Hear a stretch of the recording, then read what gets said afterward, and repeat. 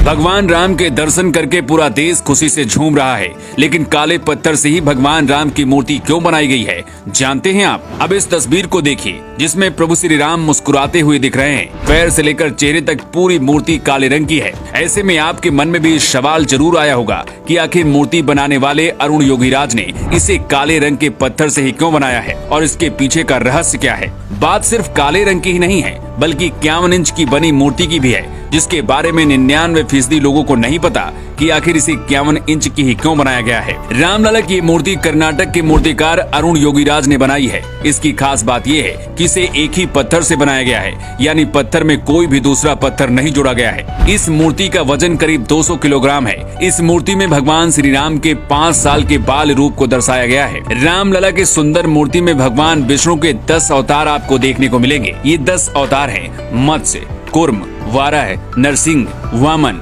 परशुराम, राम, कृष्ण, बुद्ध और कल्कि हैं। मूर्ति को अगर आप ध्यान से देखोगे तो इसमें भगवान विष्णु के सभी अवतार आपको नजर आएंगे।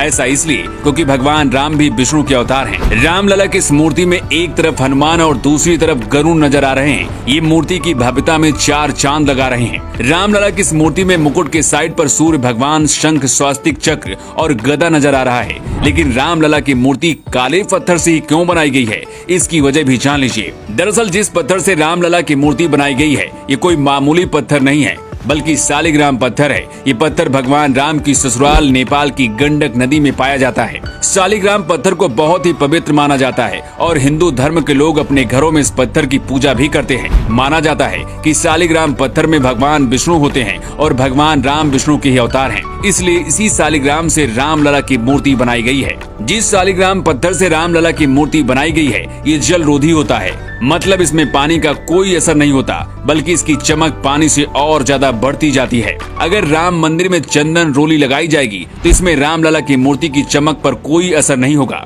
रामलला की 51 इंच लंबी मूर्ति दक्षिण भारतीय शैली को दर्शाती है। मूर्ति की लंबाई 51 इंच इस बात को ध्यान में रखते हुए की गई है ताकि रामलला के 5 साल बालक के स्वरूप के दूर से आसानी से दर्शन मिल सके। राम मंदिर के गर्भगृह में जब रामलला की मूर्ति लाई गई, उस दौरान उनकी आंखों में पट्टी बंधी हुई थी। ये पट्टी 22 जनवरी को प्राण प्रतिष्ठा के बाद खोली जाएगी। लेकिन अचानक से सोशल मीडिया पर रामलला की मूर्ति प्रकट हो गई, मतलब प्राण प्रतिष्ठा से पहले ही रामलला ने अपने दर्शन दे दिए हैं। लेकिन ऐसे हुआ कैसे, इसके बारे में भी चलिए आपको बताते हैं। इस तस्वीर को देखिए, जो इस वक्त राम मंदिर के गर्भगृह में रखी हुई है। इस मूर्ति में रामलला की आंखों में पट्टी बंधी हुई है। ऐसा इसलिए किया गया है कि 22 जनवरी को जब प्राण प्रतिष्ठा होगी, उसके बाद ही आंखों की पट्टी हटाई जाएगी। लेकिन जिस वर्कशॉप में रामलला की मूर्ति बनाई जा रही थी, वहीं से ये तस्वीर वायरल हुई, जिसकी वजह से 22 जनवरी से पहले ही पूरे देश और दुनिया ने रामलला के दर्शन कर लिए। हालांकि इस पर अब राजनीति भी शुरू हो चुकी है। विरोधी दलों का कहना है कि जो मूर्ति रामलला की प्रकट हुई थी, उसे क्यों नहीं रखा जा रहा है,